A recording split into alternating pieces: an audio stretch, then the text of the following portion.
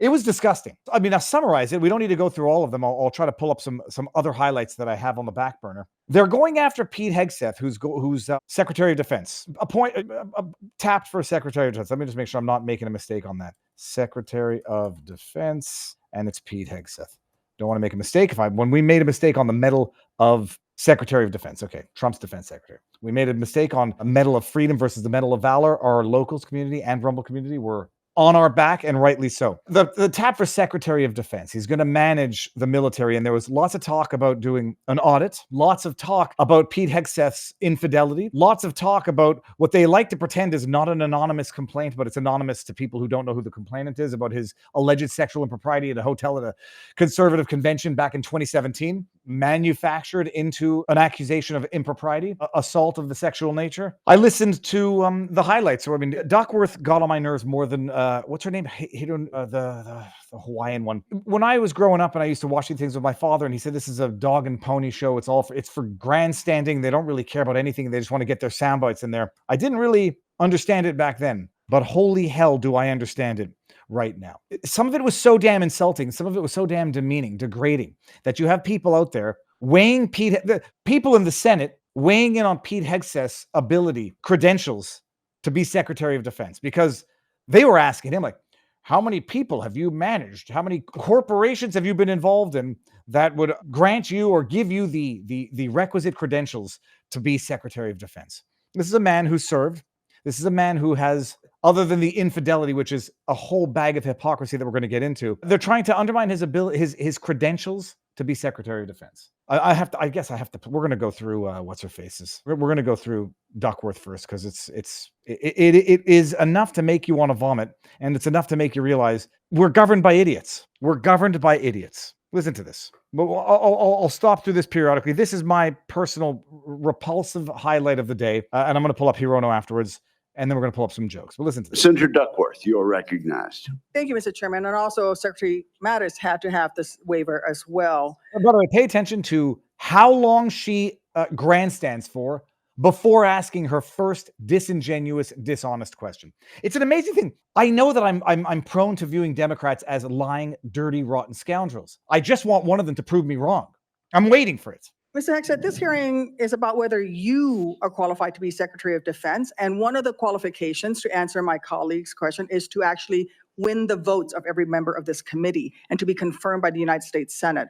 And you need to convince us that you're worthy of that vote, because the people of the state of Illinois voted for me to be their senator so that I could cast that vote when it comes to picking who is going to be the next Secretary of Defense. And you know what's funny? The people of America voted for Donald Trump so that he could appoint who he thinks should be the next Secretary of Defense. I agree that technically they got a vote on it, and the people of Illinois did vote for Duckworth to vote on that. But she doesn't follow her own reasoning here. The people of Illinois voted for her so that she could decide whether to vote yay or nay on. The people, 77 million of them, voted for Donald Trump because they want his team in the White House, and that involves who he thinks should be picked for Secretary of Defense. Set aside that hypocrisy. We're 33 seconds in. I don't hear a question yet.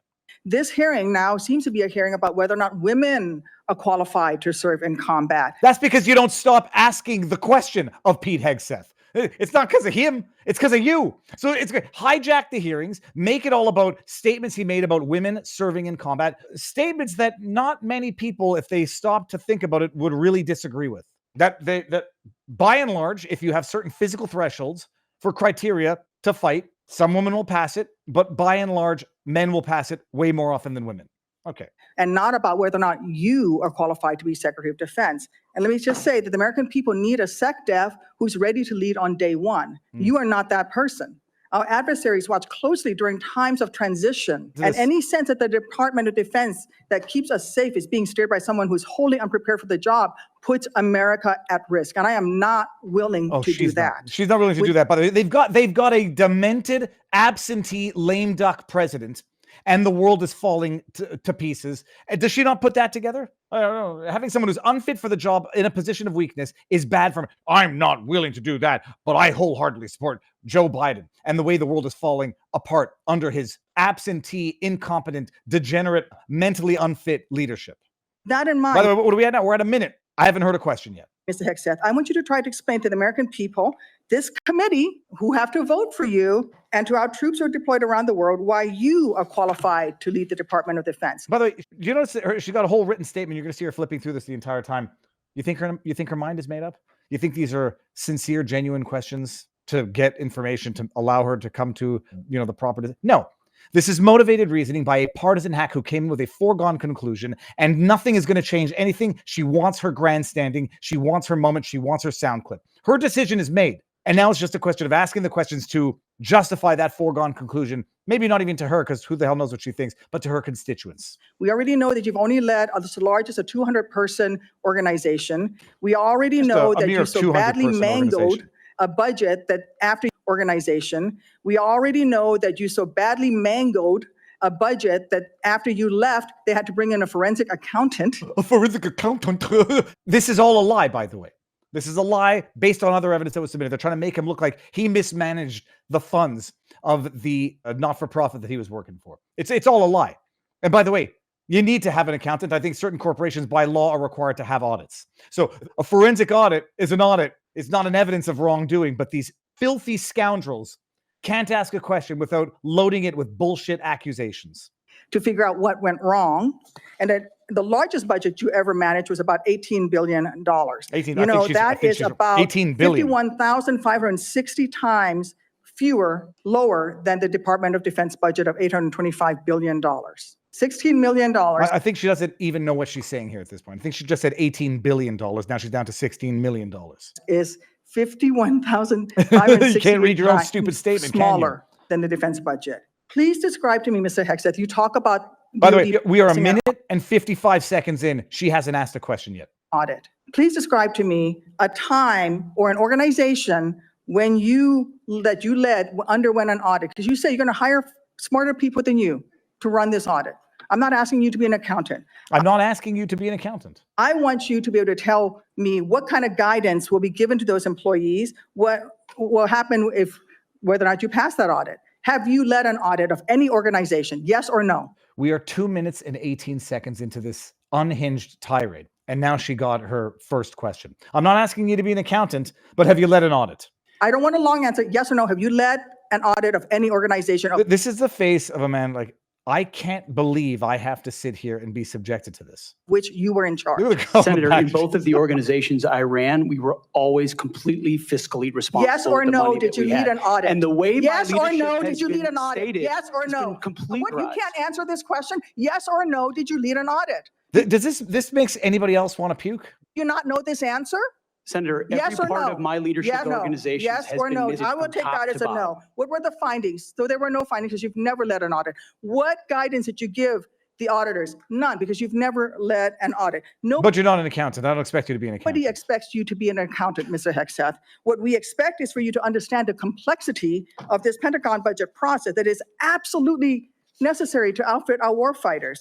Look, the Secretary of Defense is required to make quick decisions every single day. What's she doing with her papers? With high-level information that's being provided for them. A Secretary of Defense has to have breadth and depth of knowledge. Right now, I am concerned that you have neither. Mr. Hegseth, what is the highest level of international negotiations that you have engaged in, that you have led in? Because the Secretary of Defense does lead international security negotiations. There are three main ones that the Secretary of Defense... This is unhinged, hysterical, she's not even breathing, let alone stopping in between her questions. Leads and signs. Can you name at least one of them? Could you repeat the question, Senator? Sure. What is the highest level of international security agreement that you have led? And can you name some that this would lead? There's three main ones. There's three main. Do you know? I have not been involved in international security arrangements because I have not been in government other than serving in the military. So my job has been to no. The answer is, can you name one? Look, is it, maybe I'm not the best person to make this accusation. Is it very difficult to let the man actually answer the question? He's not there to answer questions. He's there to be verbally abused. And that's all these filthy Democrats did all day long. The three main ones that the Secretary of Defense defense arrangements. I mean, NATO might be one that you're referring to. Status of Forces Agreement would be one of them. Status of Forces Agreement. I've been a part of teaching about Status of Forces Agreement. But you don't remember to mention it? You're not qualified, Mr. Hegseth. You're not qualified. You talk about repairing our defense industrial complex. You're not qualified to that. You could do acquisition and cross-servicing agreements, which essentially are security agreements. You can't even mention that. You've done none of those. You talked about the Indo-Pacific a little bit, and I'm glad that you mentioned it. Can you name the importance of at least one of the nations in the ASEAN, and what type of agreement we have with at least one of those nations, and how many nations are in ASEAN? Can you name one of the nations? How many nations? I mean, name the importance of the nations. ASEAN. Oh, it's so nice. It's nice. She has her handwritten prepared notes. She's gonna get him on this. She's going to get him on the spot right now. Look at this. She thinks she's got a checkmate. By the way, I couldn't tell you the exact amount of nations in that, but I know we have allies in South Korea and Japan and in AUKUS with Australia, and trying to work on submarines with them. Ms. Evans, none of those countries are in ASEAN. Across. None of those 3 countries that you've mentioned are in ASEAN. I suggest you do a little homework before you prepare. I suggest you do a little homework before you prepare. Okay, that makes total sense. Well done. You had a written statement and you still screwed it up. For these types of negotiations. Do your homework before you prepare. Hegseth, we ask our troops to go into harm's way all the time. We ask them to go into harm's way. I'll skip this. I can't stand the rest of this. Let's just get to the final berating here. Women who've earned their place in their units. You have not earned your place as Secretary of Defense. You say you care about keeping our armed forces strong and that you like that our armed forces are meritocracy. I don't understand what you just said. Then let's not lower the standards for you. You, sir, are a no-go at this station. Thank you, Senator Duckworth. I would like to submit for the record a letter submitted by Mr. Brian Marriott that says anyone who would claim that Pete mismanaged funds at Vets for Freedom is ignorant of the facts. Vets for Freedom. It's an amazing thing, and the problem is Senator Duckworth is an injured veteran, and for the service, for her sacrifice, she is. I don't know if the word is owed, but deserves everyone's respect. That doesn't mean that she gets to act like an absolute ass and then hide behind her military service and her military sacrifice to become an absolute abusive, unhinged lunatic when it comes to treating other veterans with the requisite degree of respect that they deserve. That it was so shameless and so humiliating. I mean, the thing is, I don't know who looks at that and says, that's my senator. Way to go, Duckworth. That was totally sane. That was totally hinged. And that was totally value added and productive. And you feel bad, like, oh, do I put on baby gloves to deal with Senator Duckworth because she's a military veteran who has sacrificed more for her country physically than I have for my? Okay, that's true. And 2 things can be true at once. That was disgusting and unhinged. And I would dare say disqualifying from being a senator, disqualifying from representing your country when you treat veterans and your political adversaries with such egregious disrespect.